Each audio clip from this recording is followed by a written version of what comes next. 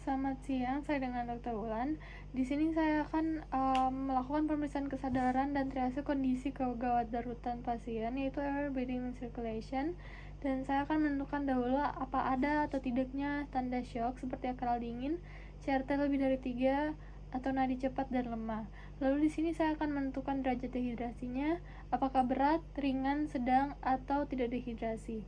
Saya akan yang pertama menilai kesadarannya, menilai mata dan ubun-ubunnya apakah besar, dan menanyakan asupan cairan atau kemampuan minum, dan memeriksa turgor dengan melakukan cubitan pada kulit perut.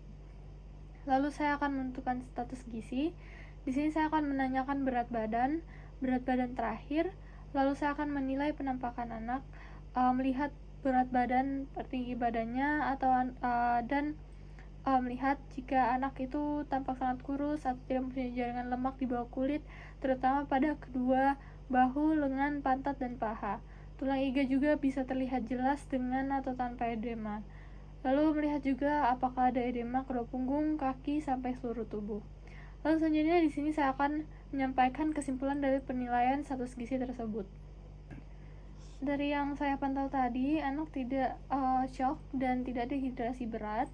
Saya akan melakukan anamnesis untuk menanyakannya.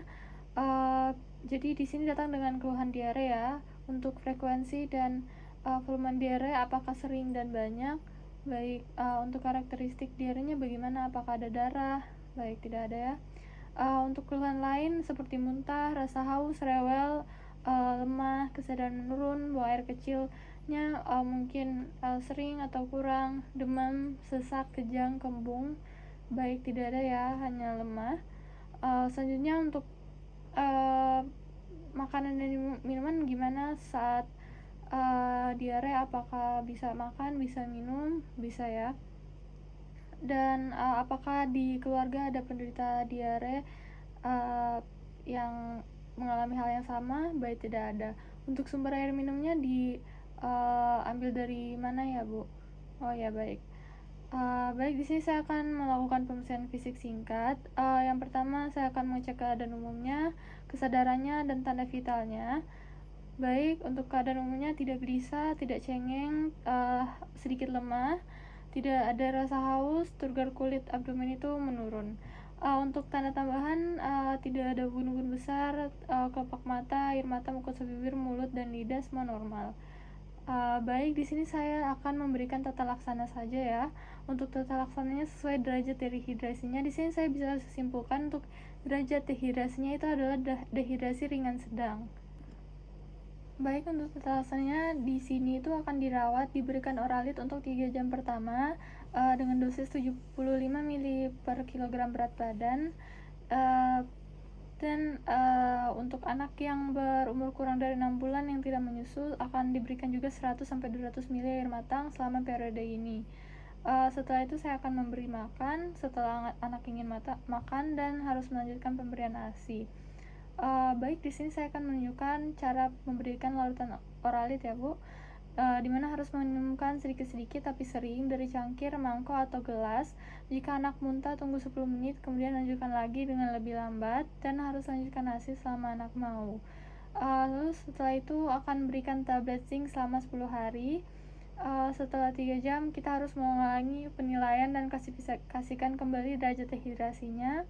Akan dinilai kembali dan akan memilih rencana terapi yang sesuai untuk melanjutkan pengobatan. Baik, di sini saya akan memasang kateter intravena dahulu dan mengambil darah untuk pemeriksaan lab awal ya. Baik, Ibu, jika Ibu mau pulang, di sini saya harus menjelaskan cara untuk menyiapkan oralit di rumah dan beberapa banyak larutan oralit yang harus diberikan di rumah untuk menyelesaikan 3 jam pengobatan. Dan saya akan memberi bungkus oralit yang cukup untuk rehidrasi dengan menambahkan 6 bungkus lagi yang sesuai dianjurkan dalam terapi dehidrasi ringan. Dan saya akan menjelaskan kepada Ibu bahwa nanti harus diberikan cairan tambahan selalu, lalu lanjutkan pemberian makan, dan memberikan tablet zinc selama 10 hari dengan dosis yang sesuai. Dan Ibu harus kembali jika anak Ibu itu tidak mau makan atau minum, tidak mampu minum ASI, atau ada gejala seperti demam, dan Selain itu, jika tidak ada hal tersebut, Ibu harus kembali 5 hari sesudah pengobatan ini ya, Bu. Baik, apakah sudah jelas, Bu? Baik, terima kasih.